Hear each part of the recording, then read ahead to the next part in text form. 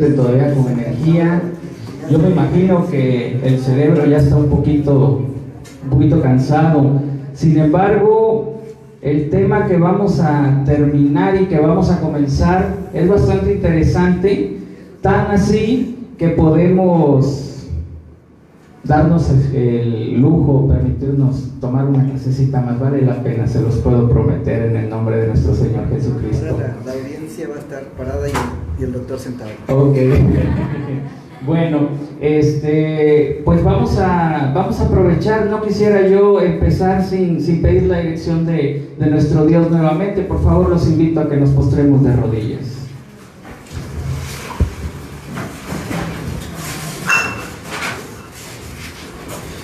Nuestro Dios y nuestro Padre, bendito y alabado seas por la eternidad, Señor. Muchas gracias porque hasta este momento nos has ayudado, nos has mantenido despiertos, Señor, estudiando tu palabra para capacitarnos y hacer la obra que tú has dejado en este planeta para el tiempo del fin. Señor, te agradecemos por todos los mensajes que aquí se han dado, que son totalmente de crecimiento para todos nosotros. Ahora que vamos a continuar con nuestra clase de salud enfocada a la herbolaria, Señor, y a los alimentos terapéuticos, te pedimos que vengas a guiarnos, Padre. Que no sean palabras ni pensamientos humanos los que aquí aprendamos, sino sea solamente aquellos que son de tu santa e infinita voluntad, Padre. Acompáñanos junto con los santos ángeles, querido Señor, te lo rogamos y te lo pedimos humildemente en el nombre de nuestro Señor Jesucristo. Amén. Amén.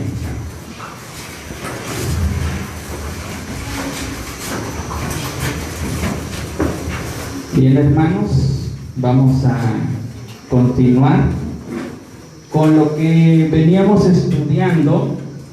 Estamos viendo el factor genético de las enfermedades y, por supuesto, que estábamos viendo el ejemplo de la diabetes. La diabetes como una de las enfermedades, la segunda causa de muerte por enfermedad en México y en todo el mundo. Así que es muy importante que continuemos con este estudio. Bueno, antes de continuar, quiero darles la cita que les prometí en el mediodía. Les había yo dicho que había una cita de la mensajera del Señor, Elena de White, que habla sobre consumir frutas con los alimentos. ¿Se acuerdan?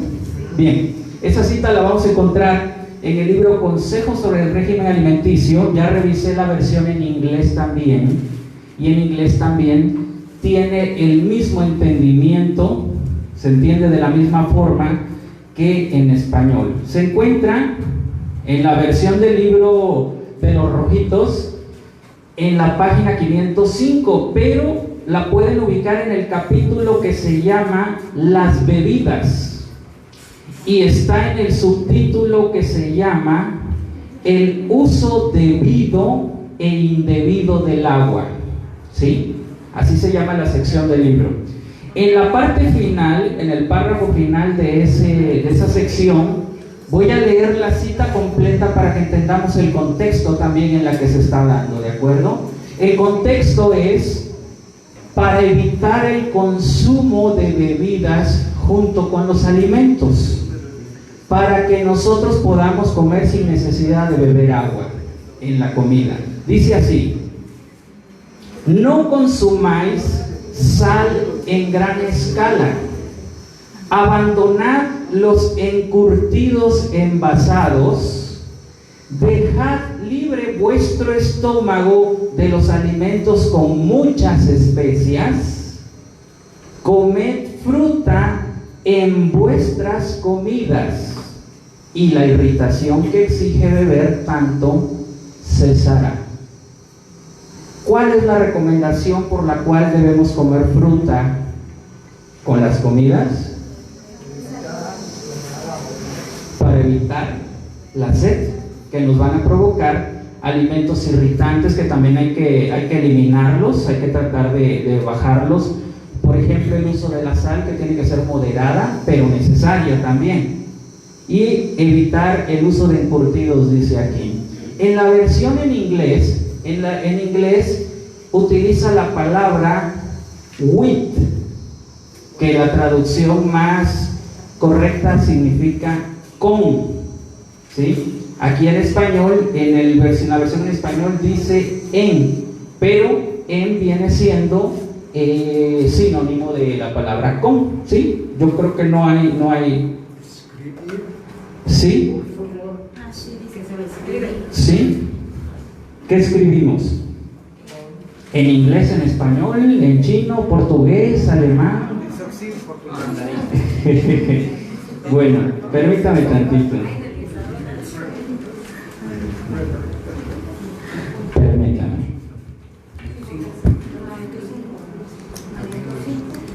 Si alguien me puede facilitar la versión en inglés, que tengan por ahí la aplicación en inglés para que la pueda yo escribir correctamente, sería muy bueno y de mucha utilidad. Aquí está. Ok. Está en inglés. ¿En cuál página era? ¿En inglés? En inglés es la... ¿Cuál? siguiente. La perdí. Permítame. A ver, es 420. 420.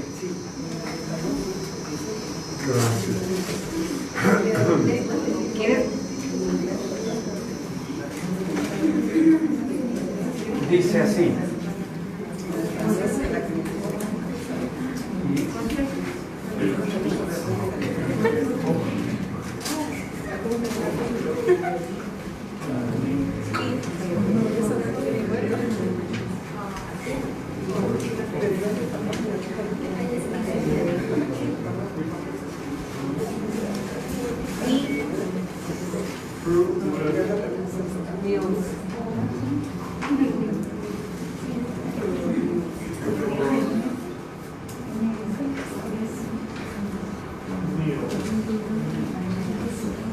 Esa es la frase. Si comía fruta con sus comidas. ¿Sí? Exactamente. Está clara. Está clara. Lo Sí. podemos revisar. ¿Sí? Entonces, no es que sea una obligación comer las frutas con los alimentos. Está hablando de que si tenemos la necesidad de apagar la sed que nos provoca el alimento, comer la fruta con los alimentos es mejor que beber el agua. Esa es la idea que ella está planteando, ¿sí? Por lo tanto, no podemos afirmar que la fruta no se pueda comer con los alimentos, ¿sí? Es importante que analicemos, ¿sí, hermano? Nada más una cosa, a veces es recomendable, o sea, eso sí que, porque uno es bien abusado, luego, pues entonces lo voy a hacer. Es recomendable mejor tomar agua un poco antes de la comida y después de la comida, es lo que se debería de hacer. Por supuesto, hermano, por supuesto, totalmente de acuerdo. Tomar agua, dice ella, poco antes de los alimentos o poco después de los alimentos, pero tampoco está negando o prohibiendo de alguna forma el comer frutas con los alimentos. Hermana, levantó la mano, dígame. Sí, hermano, en la página donde yo lo había leído, hermano, es el consejo también sobre el régimen. Ajá, ¿cómo dice? En la 366, ahí en la misma página, ahí está. Ajá, Donde habla acerca de lo que está mencionando ahí. ajá.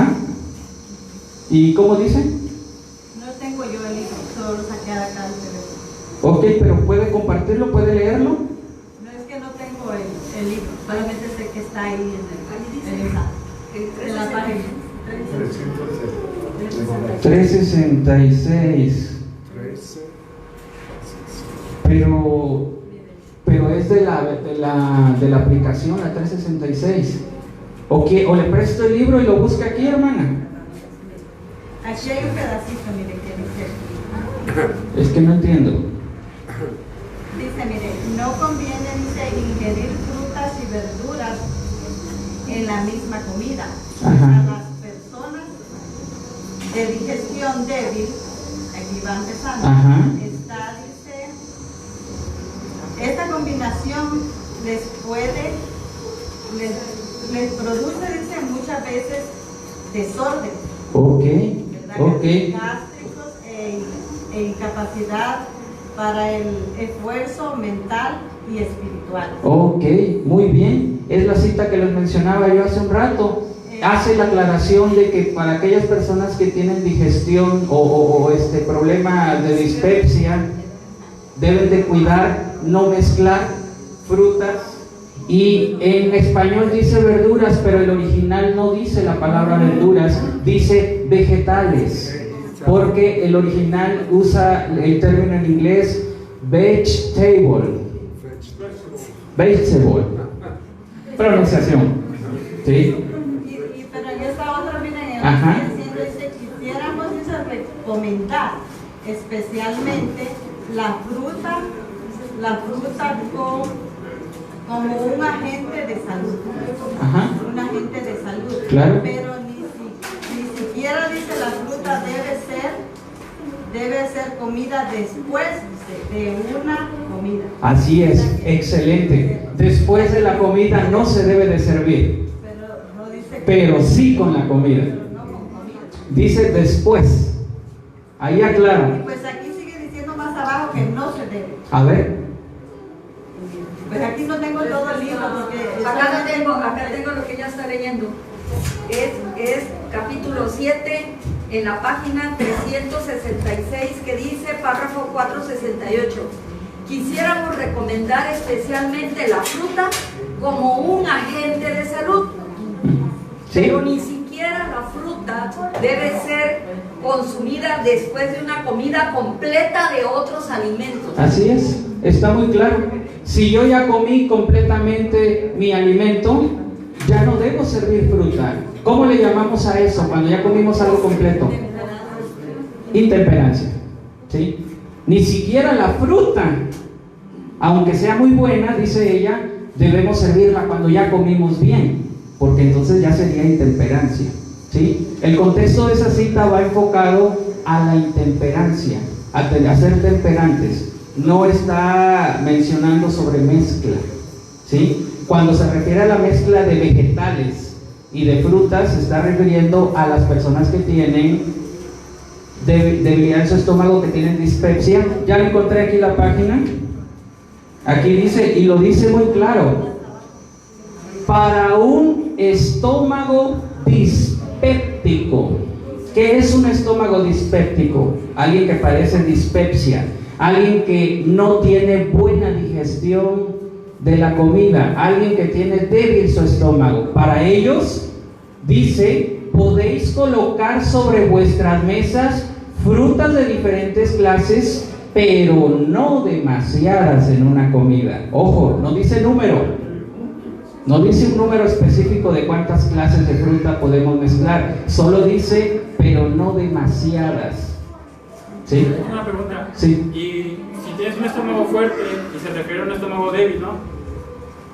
¿Cuál es la transición para que un estómago fuerte se haga débil? O sea, tiene que haber un proceso, ¿no? Ya es que todo lo que es buena salud se degrada y te enfermas. Claro. ¿Cuál sería ese proceso? Digamos, tengo el estómago ayer fuerte, pero ayer y mañana lo tengo débil. Y ya pasa lo que diga el texto. ¿Hay algo? Es como cualquier enfermedad, debe ser algo multifactorial. Aquí es como si dijera, para los diabéticos, tal recomendación es esta. ¿Sí? Si tú me haces la misma pregunta de la diabetes, te doy todo el tema que venimos jalando desde ayer. ¿Por qué se produce la diabetes? Así, si tú me preguntas cómo se evoluciona un estómago dispéptico, debe venir detrás una historia clínica bastante compleja. Sí. La página es, bueno, esa. En esta versión del libro, en esta es, mire, para que lo identifiquemos bien, es todo el capítulo que se llama Frutas, Cereales, Legumbres y Hortalizas. Parte 1, refiriéndose a las frutas. La bendición de las frutas frescas, dice. Déjeme ver. Es que este libro no viene por capítulos, viene por apartados. ¿Sí? Pero es el apartado Pastor, Dígame. que no es lo mismo las frutas con azúcar y bueno, como nosotros lo clasificamos con dulce y sin dulce, digamos. Ok. Si nosotros decimos que no podemos comer frutas en la comida, yo pienso que estamos mal porque el tomate es una fruta. Ok, ahí vamos ahorita con lo de la clasificación. Es capítulo 18, hermana Mila. ¿Sí?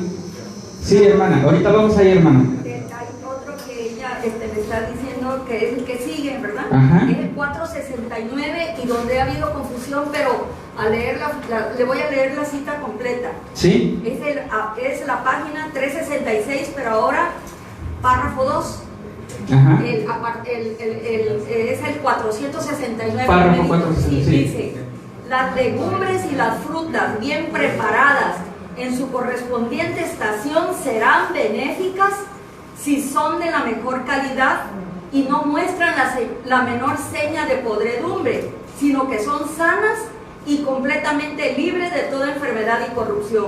Allí hace un punto y luego Sí. sigue: mueren más personas de los que nos imaginamos por comer frutas y legumbres en estado de descomposición que fermentan en el estómago y producen envenenamiento de la sangre.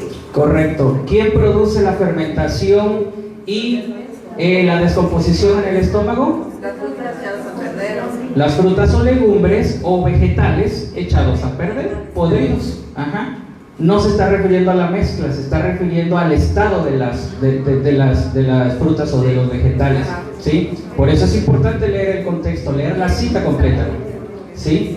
Hermana, adelante. Yo creo que cuando no quiere decir ahí eat fruit with your meals, no necesariamente tiene que ser vegetal, tiene que ser eso que meals quiere decir por ejemplo avena, cereal, Alimento en general. o sea, No es diferente, hermana, porque no es lo mismo comer papaya que un aguacate, y son frutas.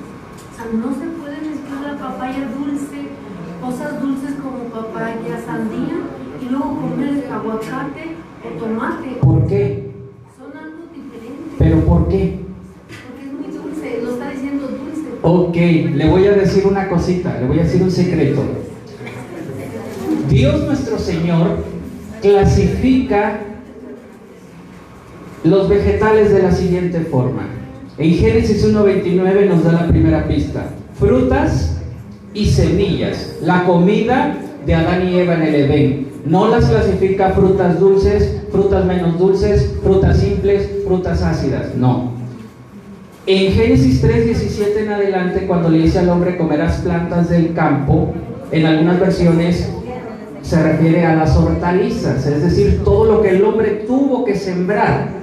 Lo que se comía en el Edén lo sembró Dios, ¿sí? En las hortalizas o en las plantas del campo, que es el término que utiliza la Biblia, van a existir otras subclasificaciones, pero ya son humanas, porque el Señor se refiere a plantas del campo. Le voy a poner un ejemplo: el pepino. ¿El pepino qué es? Es una fruta, ¿sí? ¿Qué es el aguacate? ¿El tomate? ¿Esas las comía Adán y Eva? Por supuesto. Entonces cuando el Señor le dice puedes comer frutas y semillas, les está refiriendo tanto a frutas dulces como a frutas no dulces. El azúcar no nos va a clasificar una planta. Por eso. No, está hablando de las que están podridas.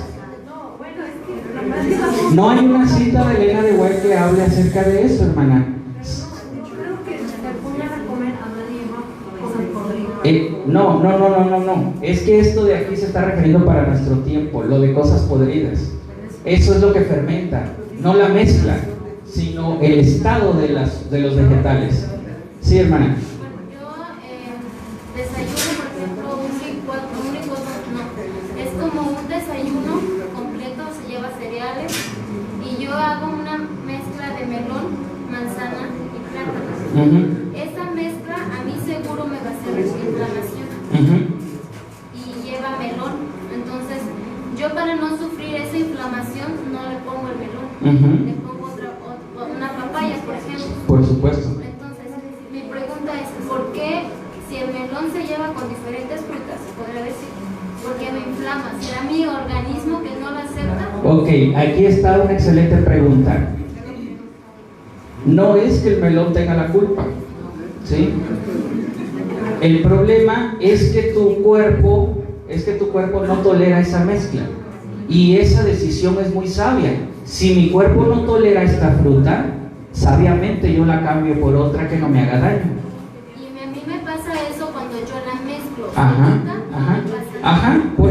Por eso.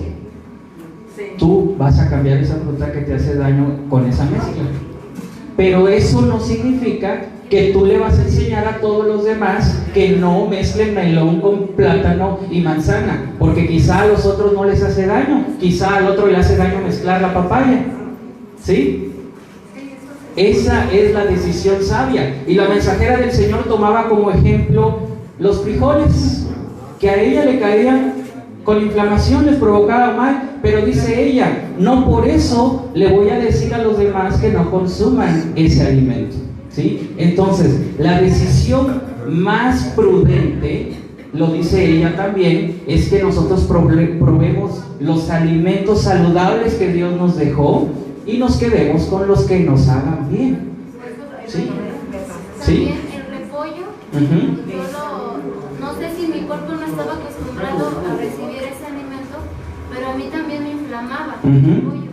Entonces, pasando el tiempo, yo lo seguí comiendo para saber si seguía, era la misma verdura o lo demás que yo estaba comiendo. Entonces, yo lo comí solo y me hacía el mismo efecto.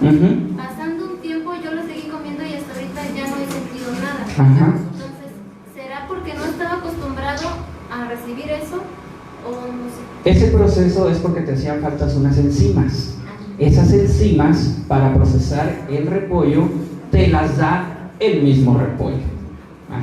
Por eso aquellas personas que un vegetal así solito como tú lo probaste no les cae bien es porque les hace falta enzimas. Lo mismo sucede con aquel que come habas. Hay algunos que las habas les inflaman, pero si comen el germinado de las habas les va a proporcionar esas enzimas para que las habas puedan ser digeridas correctamente por tu sistema.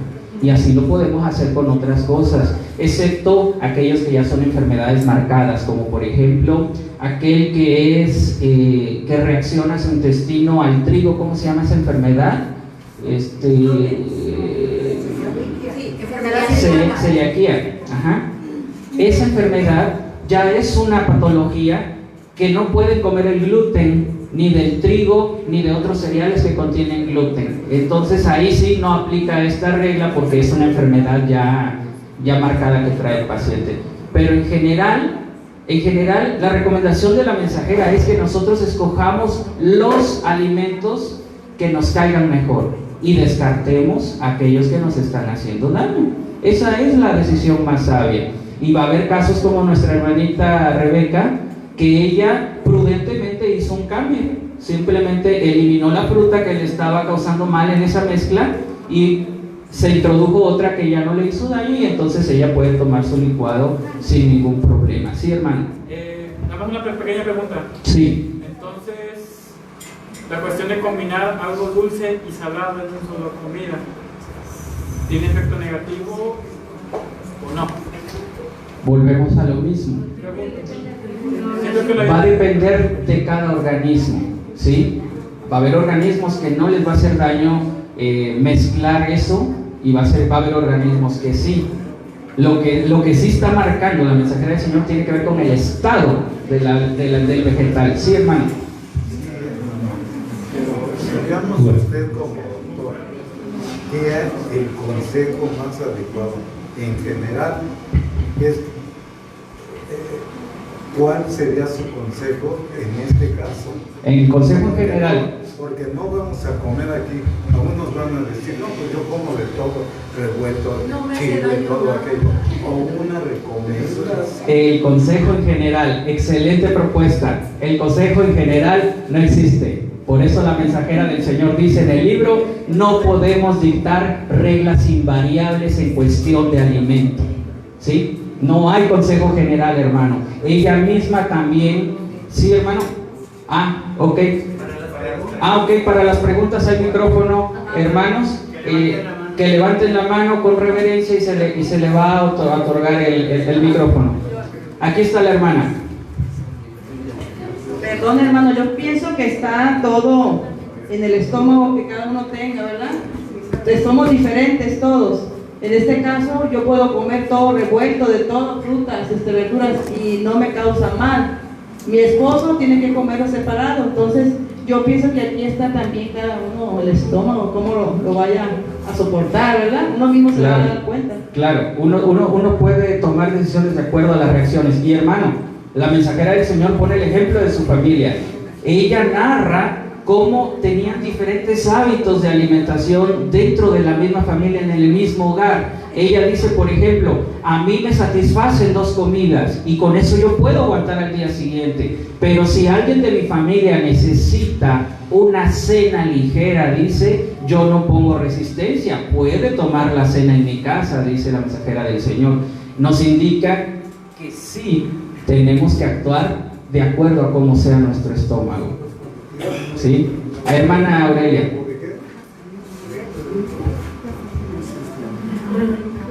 Entonces, doctor o hermano, ¿de dónde vino toda esa confusión? Por ejemplo, nosotros, la mayoría de los que estamos aquí, hemos optado por eso, y a toda la gente casi que hemos atendido, les hemos enseñado: no mezcles piña con melón, no mezcles esto porque hace fermentación y que no sé qué.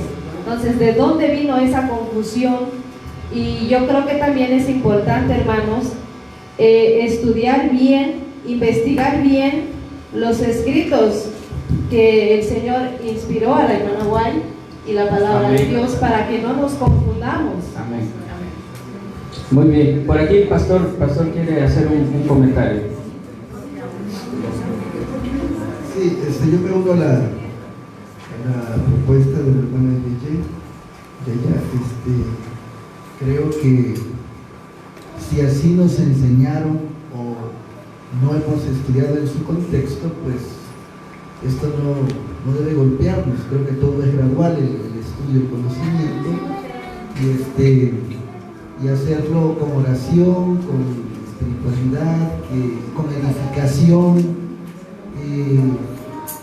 porque es para beneficio de todos, ¿no? Y no solamente es eso, hay muchas otras cosas que vamos a ir encontrando y que pues tenemos que ser humildes, pacientes, orar y estudiar para reconfirmar lo que nos conviene.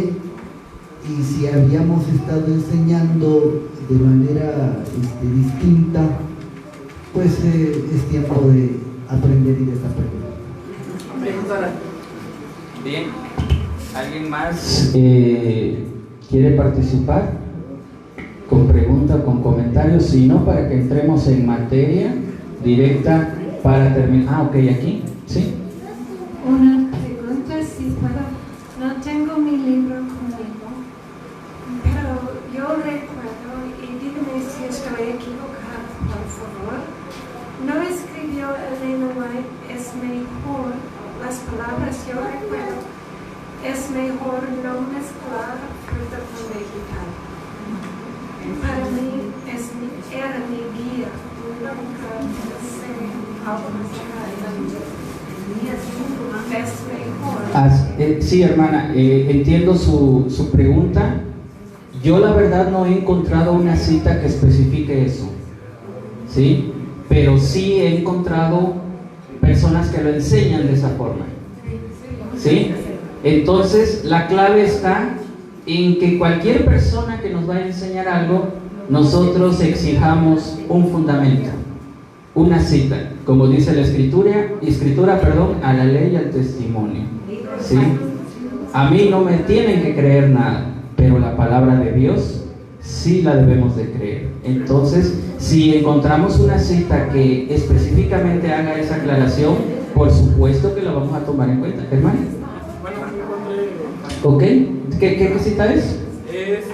Se llama el subtítulo, la joya 176, la combinación de los alimentos. Ah, ok. ¿En qué libro es? El Consejo sobre el régimen alimenticio. Ok. Habla de lo que estamos hablando, pero sí, es lo que comentó de la variedad de la comida, que se dijo, pero abajo, en la joya 179, dice, sería mucho mejor comer 2 o 3 diferentes clases de alimentos en una comida que cargar el estómago con muchas variedades. Y un poquito más abajo habla la pregunta que le hice, dije lo busco, habla de un estómago diséptico, que puede causar por lo mismo de cuando le echas demasiada, como decimos, fruta a la carreta, pues crea el efecto. Claro. Entonces está refiriéndose al dispéptico, ¿sí? Al que tiene ese padecimiento. Pero aquí habla del conocimiento relativo a la debida combinación de los alimentos, es de gran valor, ha de ser recibido como sabiduría de Dios. Ajá. Y empieza a hablar. Ajá. Ok, a ver, permíteme. Lo que pasa es que no entendí dónde está. 176. Ok, déjame para que lo podamos sacar aquí. Doctor, sí. Aquí estaba lo que estaba diciendo. En el libro se llama Ministerio de Curación, página 246, dice: en la reforma alimenticia hay verdadero sentido común. El asunto debe de ser estudiado con amplitud y profundidad, y nadie debe criticar a los demás porque sus prácticas no armonicen del todo con las propias. Es posible prescribir una regla invariable para regular los hábitos de cada cual, y nadie debe erigirse en juez de los demás. No todos pueden comer lo mismo. Ciertos alimentos que no son apetitosos y saludables para una persona bien pueden ser desabsorbidos y aún nocivos para otras. Algunos pueden tomar leche, mientras que otros les asienta bien. Algunos no pueden digerir guisantes ni judías, otros los encuentran saludables. Para algunos, las preparaciones de cereales poco refinados son un buen alimento, mientras que para otros no las pueden comer. Ok, esa es la cita que nos aclara esta situación de la diferencia en el comportamiento del cuerpo. Sí, hermano, por ahí el micrófono.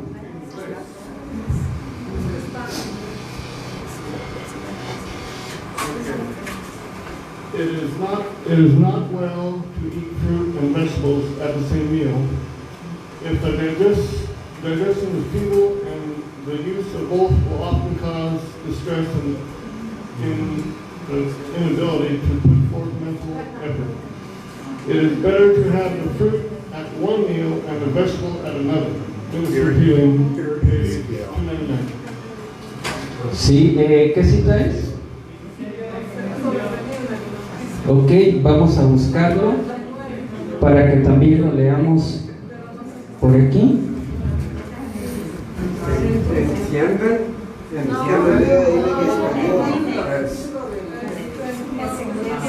Okay. Sí. ¿Lo puede traducir? Sí, claro.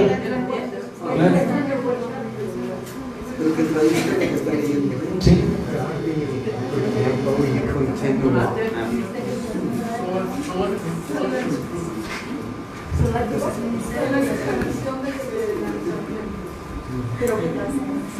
Y también ya encontré la pregunta que le hice.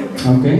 Dice, las combinaciones impropias de alimentos crean perturbaciones. Excelente. Se inicia la fermentación, la sangre queda contaminada y el cerebro se confunde. Excelente. El hábito de comer en exceso o de comer demasiadas clases de alimentos en una comida causa con frecuencia dispepsia. Por eso les damos como un consejo de que sobre 2 o 3. Sí, claro. Un consejo. Claro, pero no da un número.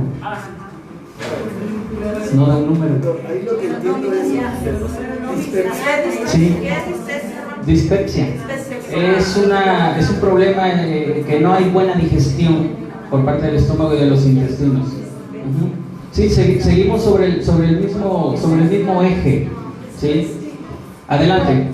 Por ejemplo, yo cuando estaba embarazada, me acuerdo que no podía comer jitomate. Y aún a veces ciertas, más con doler, pero después, no sé, de repente la piña a veces no se caía. O sea, pasa tiempo o algo y luego la podía comer y no me pasaba nada. Y así con otras cosas. Entonces, para mí yo saqué que tiene mucho que ver también su estado. Si está en estrés, si su sistema está todo alterado y eso, yo creo que por eso pasa eso. Y luego, como ahorita aquí, yo ando, o sea, todo me gusta, todo, o sea, gracias a Dios. Yo pienso que es eso, cuando uno está relajado y el cuerpo también responde con eso. Sí, hermana, gracias, muchas gracias. Vamos a esperar que nos traduzcan.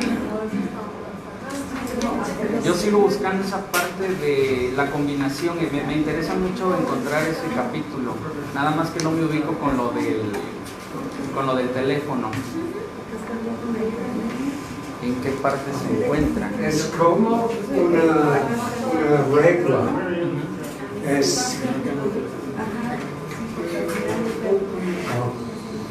¿Listo?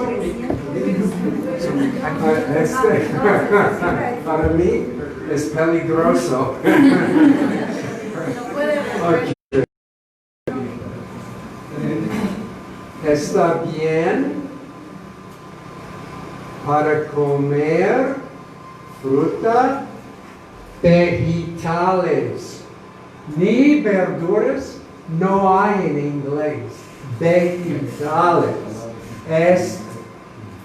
¿Está bien para comer frutas y vegetales a la misma comida?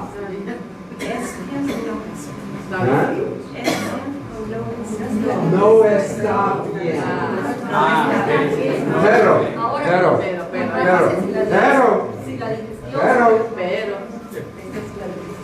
si la digestión es débil, el uso ambos. Sí, de ambos más correcto. ¿Sí? De ambos. Ay, please don't go away.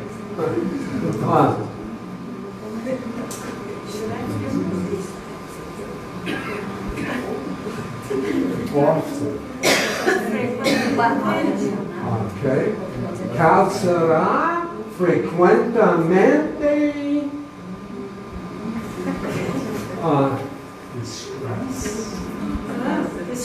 distress. Como y debilidad para usar la fuerza mental. Debilidad para usar la fuerza mental. Sí. Es muy claro. Muchas gracias, es muy claro. Es muy importante para entender esto. Es muy claro. La cita vuelve a aclarar el problema de digestión débil, que el nombre de digestión débil también utiliza la palabra dispepsia. Viene siendo lo mismo, dispepsia y digestión débil. Quien tiene esa condición debe de cuidar no hacer esa mezcla, porque no solo va a afectar aquí, va a afectar aquí y va a afectar aquí también, ¿sí? Entonces, giramos sobre la misma idea. Hay una condición en la cual la persona debe de cuidar de no mezclar vegetales y frutas en una misma comida. ¿Cuál es esa condición? Digestión débil o dispepsia. ¿Sí? Giramos sobre la misma idea, permíteme. Adelante. ¿Cómo distinguir de una digestión débil los resultados de todo? ¿Cómo distinguir? ¿Cómo? ¿Cómo saber cómo está digestión débil a una digestión buena. ¿Cómo distinguir el Ok, la digestión débil es sinónimo de dispepsia, mala digestión, inflamación, producción de gas, flatulencia, dolor, ruido en el estómago, reflujo, ¿sí? Repetir el sabor de los alimentos por acá o el olorcito del alimento, eso es una digestión débil, no está haciendo correctamente la digestión. Quien tenga ese problema, cuiden de no mezclar vegetales y frutas en una sola comida. Es clara la instrucción. Muchas gracias, hermano. ¿Alguna otra? Hermana, adelante. Por aquí el micrófono, por favor. Hermanos, hay consejos sobre el régimen alimenticio, la experiencia personal de la hermana G. de White, no sé si ya lo leyeron, pero yo les invito a que lo estudien. Ella da tres puntos importantes, pero no se los voy a leer, así que queda de tarea para que ustedes lo estudien. Se lo voy a leer en tercero nada más. Dice: yo no me constituyo en criterio para nadie, habiendo adoptado en forma inteligente ciertas reglas para sí misma. La señora de White a veces describió el régimen alimenticio de su propio hogar, pero no como una regla por la cual otros debían regirse en forma rígida. Ese es el error que nosotros hemos cometido. Le decimos a la gente: no combines la piña con el melón porque va a formar fermentación y te va a caer mal. Y no hagas esto porque ese es el error que hemos cometido. Debemos de entender bien lo que se trata la alimentación. Gracias, hermana. Como cierre, como aterrizando ya esta pequeña sesión de dudas, preguntas y participaciones, es importante también aclarar una cosa. No está sucediendo aquí, pero lo he visto en otros lados, y para prevenirlo. Muchas veces tenemos la idea de que todo tipo de fermentación es alcohol, y no es así. El alcohol es un fermento, sí, pero hay otros tipos de fermentos que no son alcohol. ¿Por qué digo esto? Porque me tocó escuchar un sermón en el culto divino de un pastor que decía: si usted le da de comer piña con plátano a su niño antes de venir al culto, ese niño llega borracho a la iglesia. ¿Sí? Eso no es correcto. Si el niño tiene estómago dispéptico, va a producir fermento, pero eso no significa que es alcohol y que va a llegar borracho. Hay que, como dice la hermana, hay que leer, y como dijo el pastor Nelson, hay que leer siempre con la dirección del Espíritu Santo para que podamos comprender lo que quiere decir la mensajera en su escritura. Sí, hermana, por aquí, hermana. Mira, hermano, lo que sí yo he comprobado que el nanchi sí es como el alcohol fermentado, porque yo solía solo hacerlo con azúcar por 3 meses, hicieron el nanchi y eso, y creo que sí emborracha, lo he comprobado porque mi niña agarró una vez nanchi y andaba muy mal. Sí, hermana, pero no es por el nanchi, es por el azúcar que se le agrega. Si usted se come el nanchi natural, es una fruta que Dios creó y no le va a causar alcohol. Es el azúcar añadida, eso sí fermenta y produce alcohol. ¿De dónde se fabrican las bebidas alcohólicas? Del azúcar, ¿sí? Cualquier bebida con azúcar que uno deja reposar, el tepache, ¿por qué produce alcohol? Porque la piña fermenta, se le agrega incluso piloncillo o azúcar y entonces fermenta. Cualquier fruta que le agreguen azúcar sí va a fermentar, hermano. Sí. Especialmente lo de la leche y el azúcar, por eso la mensajera del Señor claramente lo dice: no debemos mezclar leche con azúcar porque va a causar ese grado de fermentación. Ese es exactamente, ¿sí? Entonces hay que aclarar estos puntitos, es importante para que tengamos un poco más de amplitud. Bien, hermano. Sí, hermano. Doctor, la pregunta es: ¿cuántos tipos de fermentación hay? Bueno, hay un montón, pero le voy a dar algunos ejemplos. El vinagre es un fermento.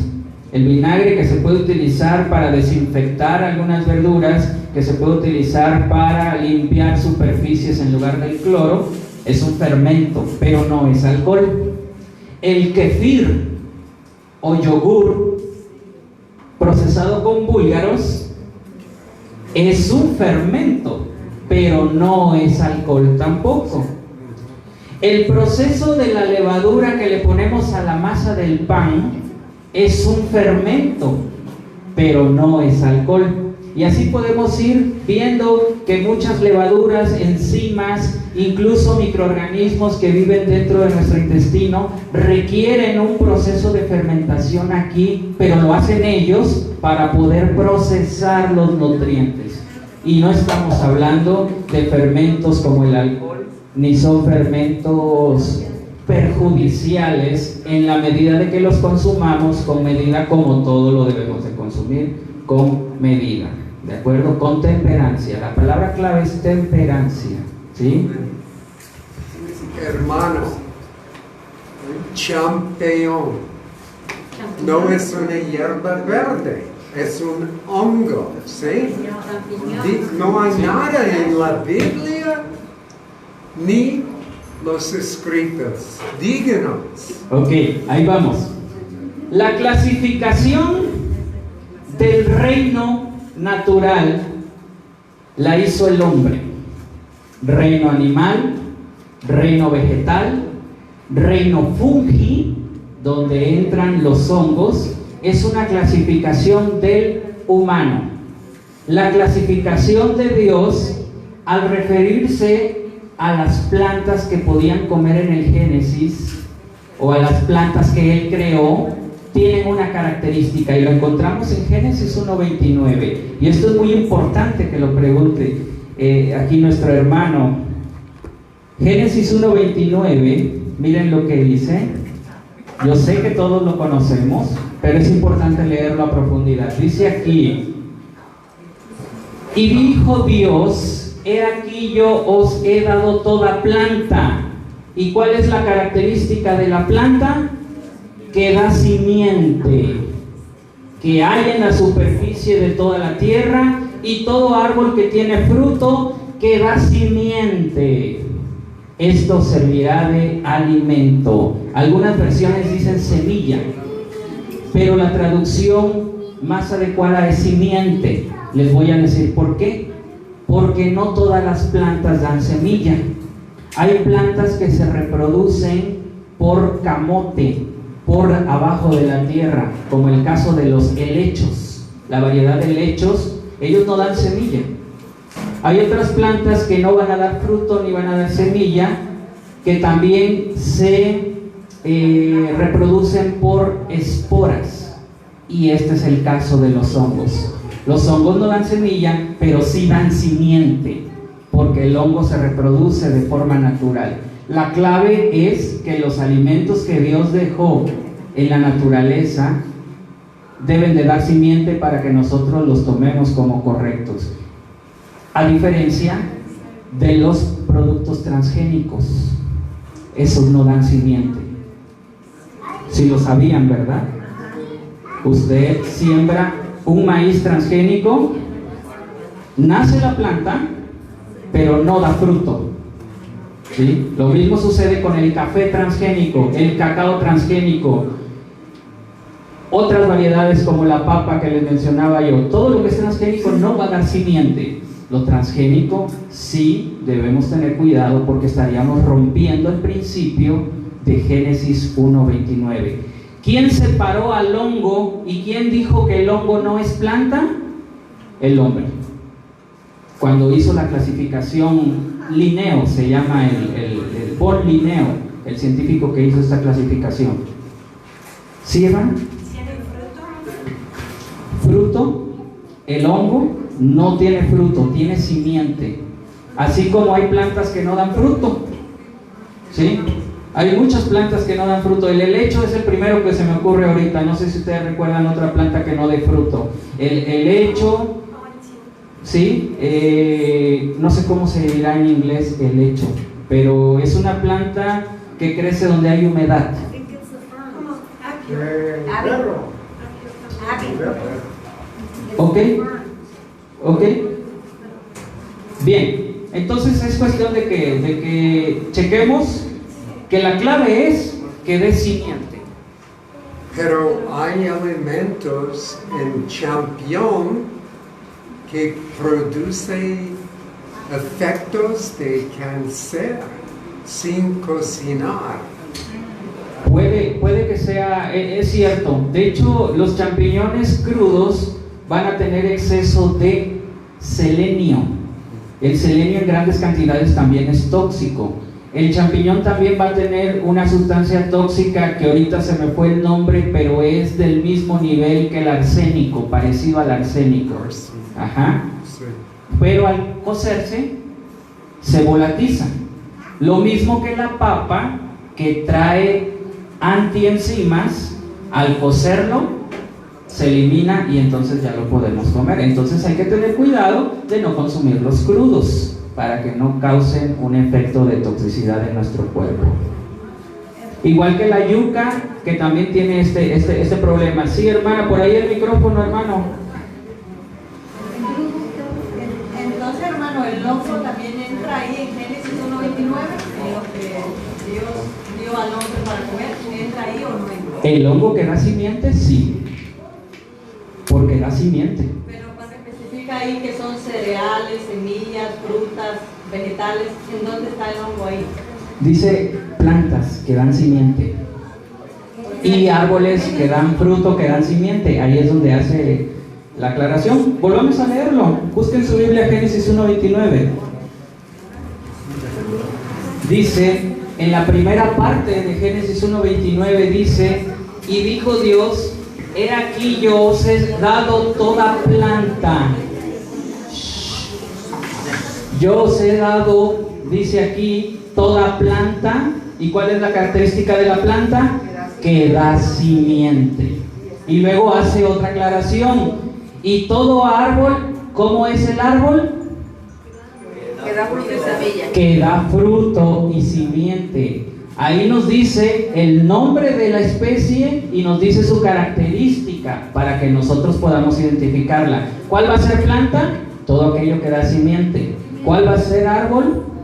Todo aquel que da fruta y también que da simiente. Es que hay otra traducción que en lugar de semilla no se le entiende, a mí no le entienden porque dice simiente y semilla. Por eso al principio hice la aclaración. Algunas versiones van a utilizar la palabra semilla y otras van a utilizar la palabra simiente. Las traducciones más antiguas utilizan la palabra simiente y la palabra simiente es más correcta. Volvemos a lo mismo, porque va a haber plantas que no van a dar semilla como tal, sino se van a reproducir por esporas, como es el caso de los helechos y otras plantas, incluyendo los hongos. ¿Quién inventó el término hongo? El humano.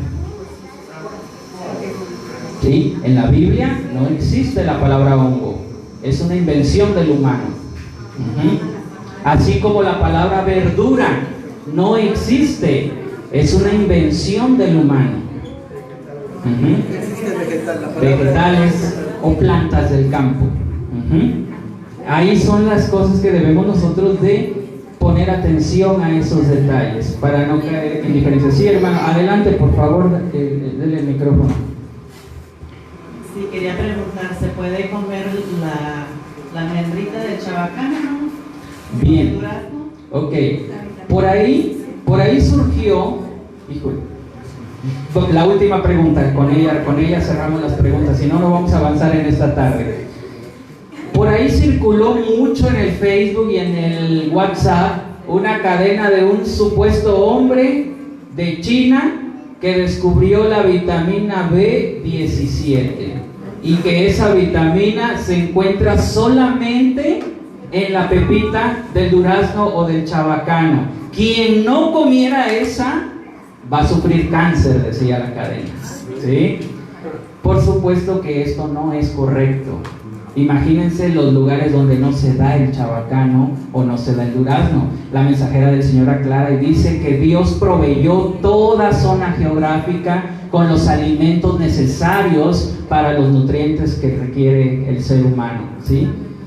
Ahora, ¿Se puede comer o no se puede comer? Por supuesto que se puede comer, sabe riquísima y contiene bastantes minerales y contiene bastantes vitaminas. B17 no es cierto, no existe esa vitamina, pero todas las otras vitaminas que contiene sí son buenas. Sin embargo, caemos en lo mismo, consumirlo con moderación, porque tiene el mismo problema que la nuez. Si la nuez la comemos en exceso, también nos va a aportar sustancias tóxicas. Por lo tanto, debe ser consumida con moderación. ¿De acuerdo? Bien, entonces sí, hermanos, ahora sí vamos a continuar con el tema porque me atoré desde una diapositiva desde la mañana. ¿Sí? Vamos a tener otra sesión de preguntas más adelante, por ahí el pastor Nelson ya nos lo prometió. Solamente les vamos a avisar en qué momento, para que hagamos esta dinámica. A mí me gusta mucho esta dinámica de participación de los dos lados. ¿De acuerdo? Bien, estábamos hablando acerca de la diabetes. Ya les expliqué el estudio que realizamos y ahora vamos a ver lo siguiente, lo que nos interesa en este curso. ¿Qué técnicas de alimentación terapéutica o de herbolaria puede utilizar en un paciente que está presentando síndrome metabólico y diabetes mellitus, diabetes tipo 2 o diabetes 1 o diabetes gestacional? Porque ya les mencioné en la clase de ayer que tienen el mismo origen, aunque se clasifican diferente, tienen el mismo origen, que es la poca o nula producción de insulina en el páncreas. Vamos a ver la aplicación clínica de la epigenética. Estábamos hablando del factor genético, y para revertir el daño genético en un paciente con diabetes necesitamos a la epigenética, especialmente la nutriepigenética, que recuerden que la epigenética es aquella que nos apaga o nos desactiva los genes asociados a las enfermedades. Y entonces, por ejemplo, la enfermedad cardiovascular, que es parte del síndrome metabólico, esos genes asociados a la enfermedad cardiovascular, que les voy a decir más o menos rapidito cuáles son las más comunes enfermedades cardiovasculares. Aquí en México la más común es la hipertensión. La hipertensión arterial es una enfermedad cardiovascular. Tenemos la dislipidemia como parte de la enfermedad cardiovascular, que es la producción de colesterol y triglicéridos demasiado elevados. Tenemos la enfermedad cardiovascular como la aterosclerosis, que es el taponamiento de las arterias por placa, y la placa se forma de colesterol, triglicéridos y calcio. Se tapa la arteria, lo que nos lleva a otras dos enfermedades cardiovasculares: la isquemia, que es el taponamiento parcial de la arteria, y el infarto, que es el taponamiento completo de la arteria. Si esa es la arteria del corazón, le llamamos infarto del corazón. Si es la arteria del cerebro, le llamamos infarto cerebral. Si es la enfermedad, si es la arteria de nuestra pierna, entonces es un infarto periférico, en arteria periférica, y así lo vamos clasificando. ¿Sí quedó claro la diferencia entre isquemia e infarto? Parece que no. No, ok. La aterosclerosis es la enfermedad que produce placa adentro de la arteria, es decir, unos tapones adentro de la arteria. Esos tapones, atero, porque arteriosclerosis es otra enfermedad. Atero, estamos hablando de atero, porque esos tapones se llaman ateromas, ¿sí? Esos tapones, bien. Ese ateroma o ese tapón está formado de calcio, colesterol y triglicéridos. Si ese tapón es parcial, o sea, no tapa completamente la arteria, solamente una parte de la arteria, se llama isquemia. Si sucede en el corazón, es isquemia en el corazón. Si sucede en el cerebro, en las arterias del cerebro, es isquemia cerebral. Si sucede en las arterias de nuestra pierna, isquemia periférica. Bueno, si el tapón es completo, donde ya no circula nada de sangre, se le llama infarto. Si es en el corazón, es infarto al corazón. Si es en las arterias del cerebro, se llama infarto cerebral, que también le llaman derrame cerebral. Y si sucede en las arterias de nuestras piernas o de nuestros brazos, se llama infarto o cardiopatía periférica. ¿Ahora sí se entendió? Perfecto. Bueno, parece que más o menos. Bien. Pero vamos a continuar. ¿Cómo podemos bloquear los genes que activan estas enfermedades? Para eso, bueno, aquí están, miren, las que yo ahorita les estaba diciendo. ¿Cómo las podemos bloquear? Las podemos bloquear con el consumo de un nutriente llamado resveratrol. El resveratrol ya hasta lo vende el doctor Simi, les he dicho algunos, botellitas, pero ese no sirve, no es bueno. El resveratrol lo vamos a encontrar en las frutas que Dios nos dejó en Génesis 1:29. ¿Cuáles frutas? Todas las frutas de color rojo, rojo oscuro o moradito. Ahí no se alcanza a ver, pero las más comunes son la uva, las pasitas, la mora, fresa, frambuesa, zarzamora, arándano, granada. También vamos a tener aquí la ciruela. Vamos a tener los duraznos que son de color rojo. Las manzanas de color rojo, ellos van a contener resveratrol. Si yo consumo diariamente al menos una porción de esas frutas durante 6 meses, voy a desactivar los genes asociados a la enfermedad. Ojo, esto no es cura de la enfermedad, es apenas el primer factor que estamos apagando. Si nosotros comemos esas frutas, estamos cumpliendo con Génesis 1:29, que debemos de consumir frutas, por lo tanto, estamos guardando la ley de Dios, por lo tanto, la misericordia de Dios alcanza a millares de los que le aman y guardan sus mandamientos. Por lo tanto, esa maldición que traemos en los genes que nos causan enfermedad, el Señor va a tener misericordia y va a desactivar esos genes de la enfermedad. Eso lo demuestra la ciencia llamada epigenética, solo que nosotros lo entendemos desde el principio, desde Génesis 1:29, y tomando en cuenta las promesas del Señor. Ahí hacemos esa unidad, ¿de acuerdo? Siguiente grupo. ¿Por qué les pongo enfermedad cardiovascular? Porque les he dicho que la enfermedad cardiovascular también la va a padecer el paciente que tiene diabetes. Por eso estamos hablando de enfermedad cardiovascular. Aquí tenemos una pregunta por ahí. ¿Ya se fueron los micrófonos? Creo que sí. Si no, adelante, hermana.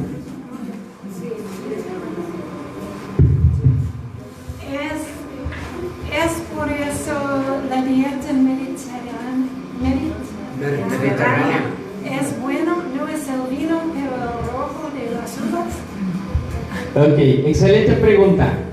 Muchos médicos recomiendan el resveratrol de la fuente del vino tinto, ¿sí? Sin embargo, habíamos aprendido ayer que hay una ciencia verdadera y hay una ciencia humana. La ciencia verdadera va de acuerdo a los principios cristianos, principios bíblicos. Si la Biblia nos dice que es perjudicial consumir el vino, simplemente descartamos el vino, pero podemos comer la uva, y la uva contiene el mismo resveratrol. Ahora, la dieta mediterránea es una dieta excelente para el que vive en el Mediterráneo. Muchos han creído que la dieta mediterránea la deberíamos de comer todos, y no existe una dieta global.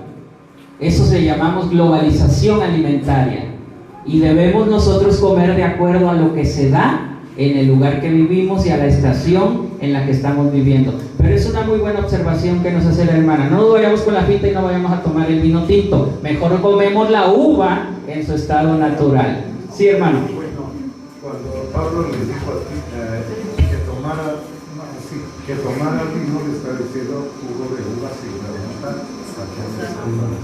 Ok, aquí tenemos la pregunta que generalmente se hace en estos temas.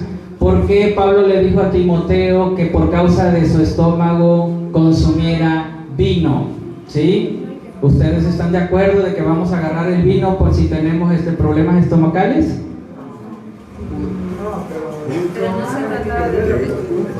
El hermano dice que no dice jugo de uva la Biblia, dice vino. Pero tenemos otro consejo de Proverbios. No toma vino y no usa aceite o debe perder algo. Yo no recuerdo exactamente. Which part? Proverbios 21. Ajá. Ok, muy bien.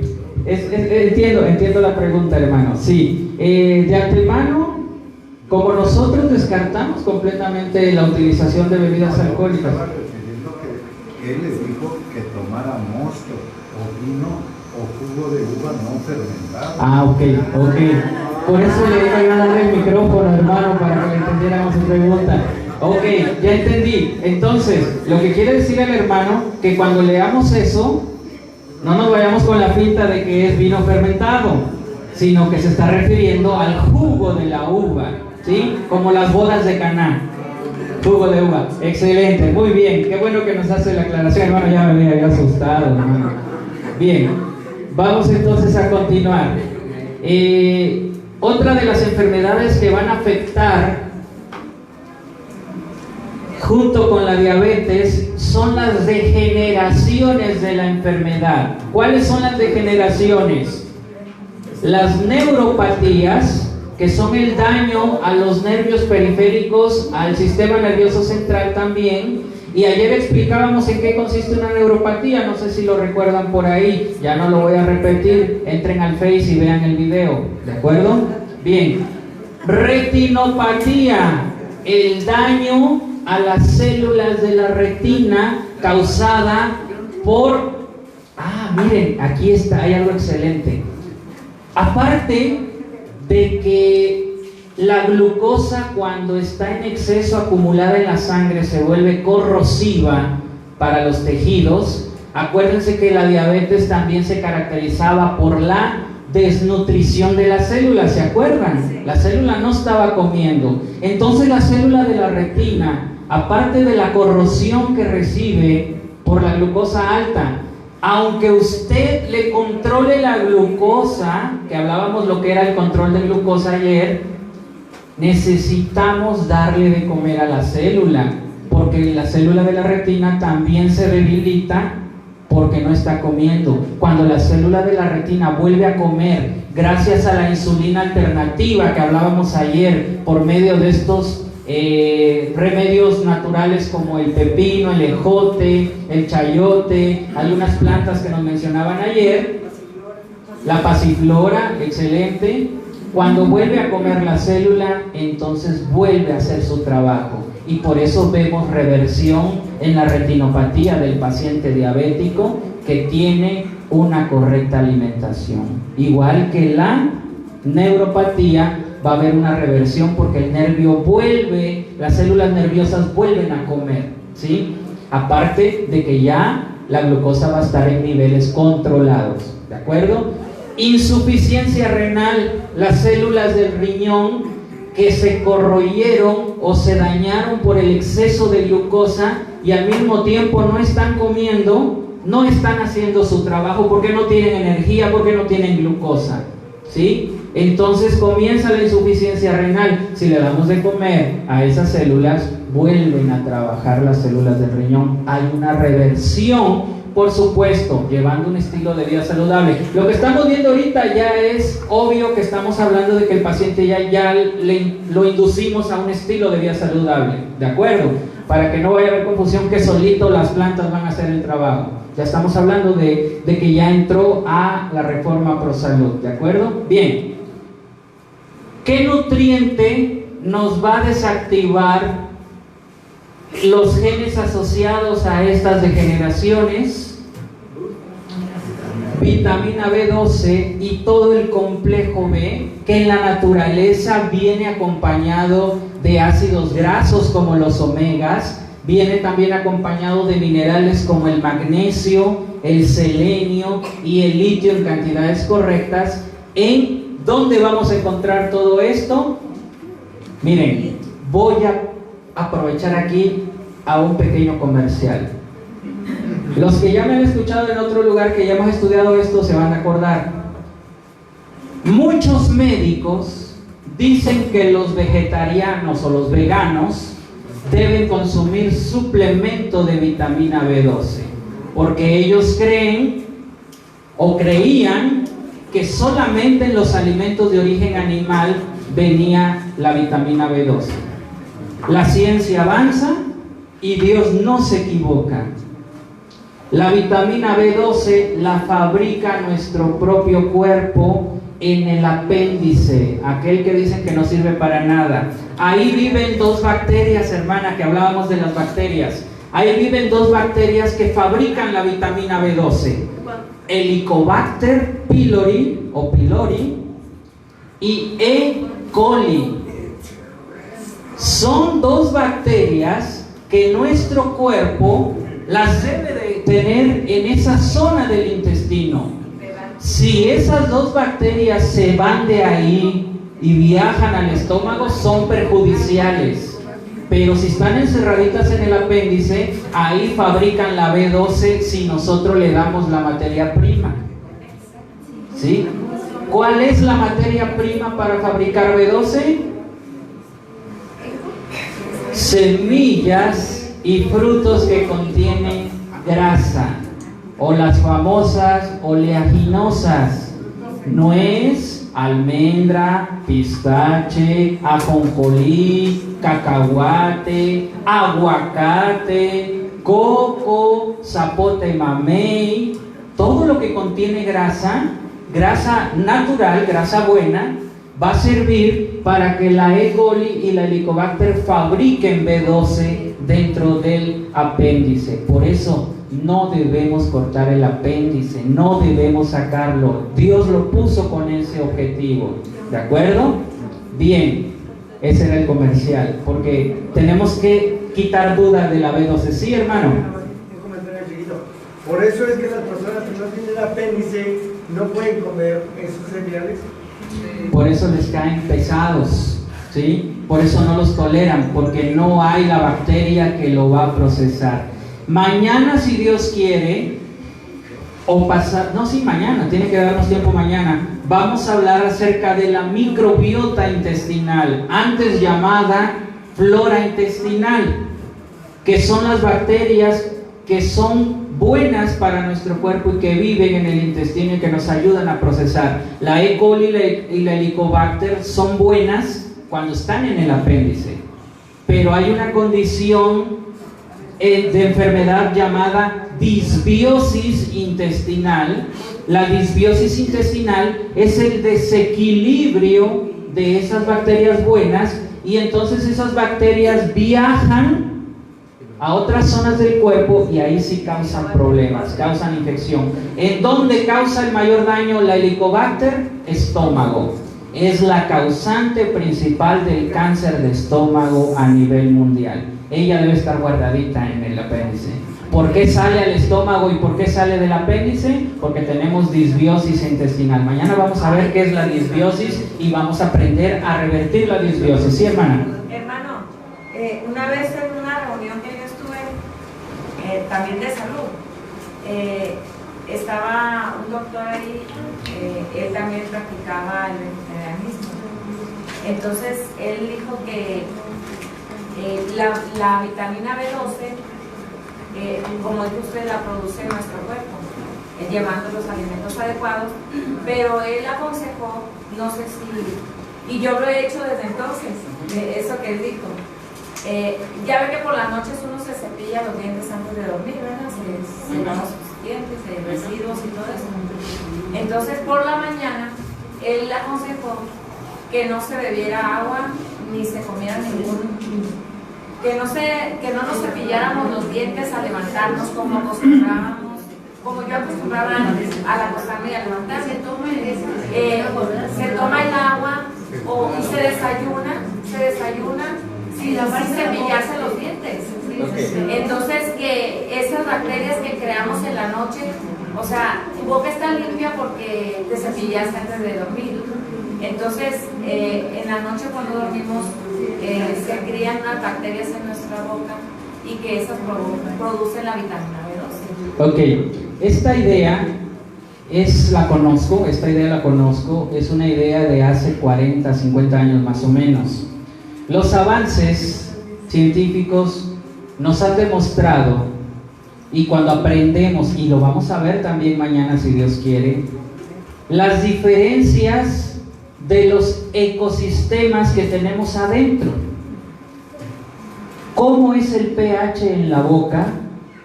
El nivel de humedad, el nivel de temperatura es muy distinto al del esófago, muy distinto al estómago, que tiene un pH exageradamente ácido de 1 o 2, como el duodeno, que es la primera porción del intestino, también va a tener un pH ácido, y como en donde el intestino delgado se junta con el grueso, que se llama ciego, ese lugar tiene otra condición de pH, humedad y temperatura, y ahí es donde está el apéndice, que tiene otro nivel de pH, temperatura y humedad. Le voy a decir por qué le digo esto. Esas bacterias que se crean, por supuesto que son buenas, por supuesto que nos van a ayudar, pero en el momento en que tú tomas el trago de agua y ellas bajan por el tracto y llegan al estómago, el estómago fue hecho por Dios para destruir bacterias, ¿sí? Entonces no tiene mucho sentido, ¿sí?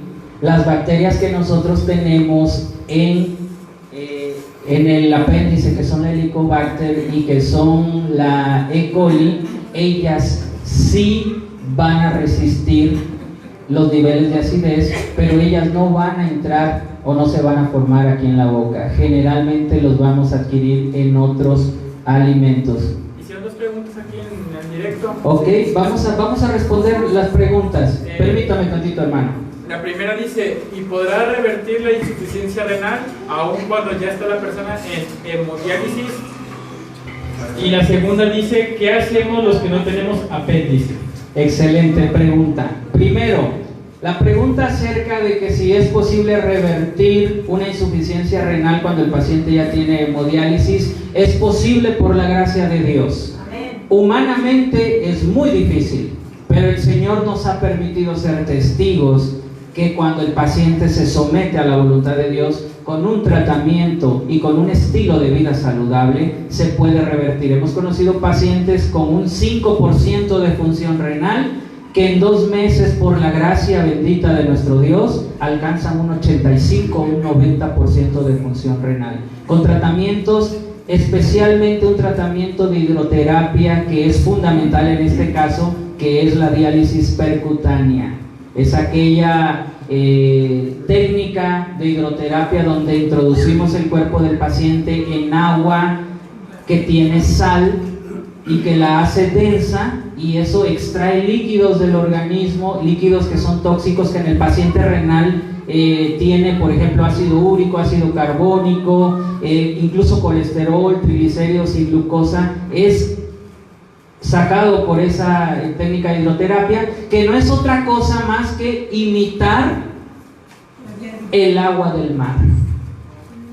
Si usted tiene mar cerca, ahí debe de ir el paciente, y es mucho más efectivo que una tina con agua de sal. Por supuesto que se va a deshidratar y necesitamos estar pendientes de darle líquidos, pero si el paciente tiene insuficiencia renal, no puede consumir muchos líquidos. Tiene que ser poco líquido, pero tiene que ser un líquido de calidad. El mejor líquido para hidratar a un paciente con insuficiencia renal es el agua del coco, porque va a contener minerales concentrados y no va a necesitar mucho volumen de agua para recuperar eso. Eso más una dieta especial, eso más unos ejercicios especiales, y sobre todo trabajar la parte emocional del paciente para permitir que las células se puedan regenerar. Es un tratamiento muy completo, integral, que por supuesto solamente por la gracia de Dios vamos a llegar a esos resultados. ¿De acuerdo? Segunda pregunta referente a aquel que ya le quitaron el apéndice. ¿Sí? Dios en su misericordia no nos dejó una planta o un tratamiento para que nazca un nuevo apéndice.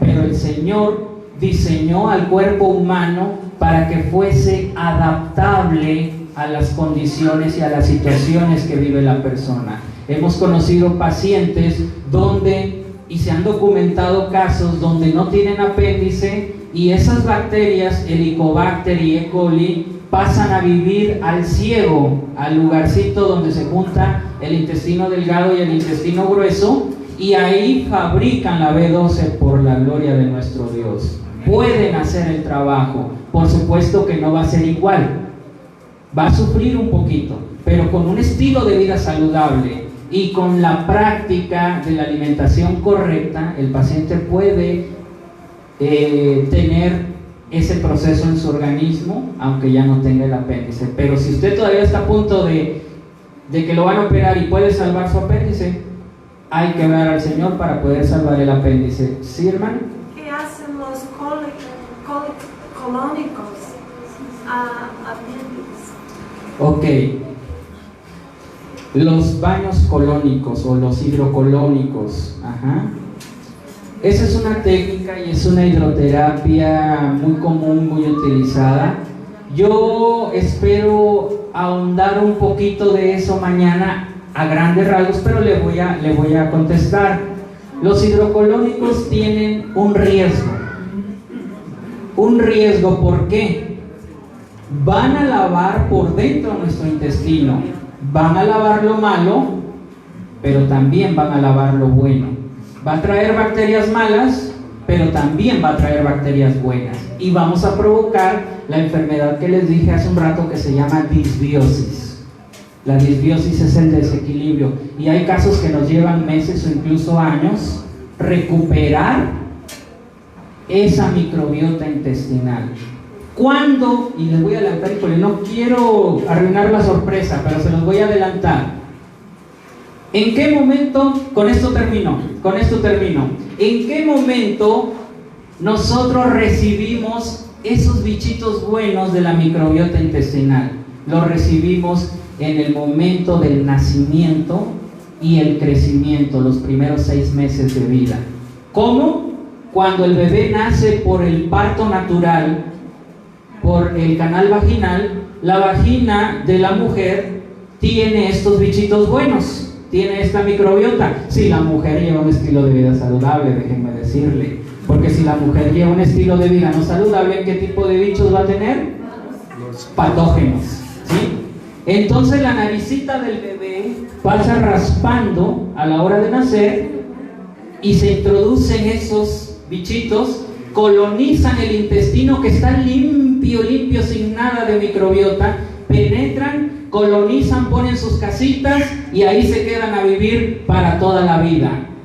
Cuando va a succionar la leche materna, el pezón de la mujer que lleva un estilo de vida saludable tiene bichitos buenos. Otro tipo de bichitos que también son necesarios que entren al organismo del bebé para colonizar otras zonas de su cuerpo. Si la mujer tiene un estilo de vida no saludable, pues van a ser bichitos patógenos también. En ese momento el bebé está completo. Pero resulta que le dio una gripe a mi bebé y me espanto y creo que se me va a morir. Lo llevo con el pediatra y le dan gotitas de antibióticos. En ese momento destruyen la flora intestinal, destruyen la microbiota y ese bebé puede llegar a los 40 años con una disbiosis y son bebés enfermizos. A lo mejor no es antibiótico, a lo mejor la mamá, exagerada en la higiene, usa demasiado cloro, el bebé lo respira y también va a matar por dentro, ¿sí? Entonces, es muy difícil recuperar la microbiota. Con la ayuda de Dios se puede. Tratamientos de 6 meses, 1 año, año y medio, incluso hasta 2 años. Con la suministración de probióticos y prebióticos. ¿Qué son los probióticos? La microbiota. Es lo mismo.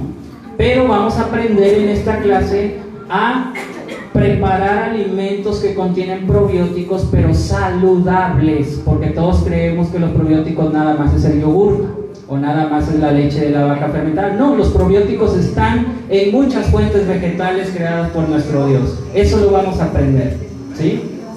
Muy bien, hermanos, vamos a dejar el estudio hasta aquí porque ya me marcaron el tiempo, pero se está poniendo cada vez más interesante este curso, por la gracia de Dios, y si Dios nos permite, mañana vamos a continuar con el tema. Que el Señor nos bendiga, hermanos.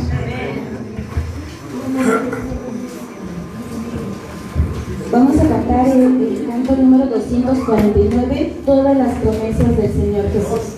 249.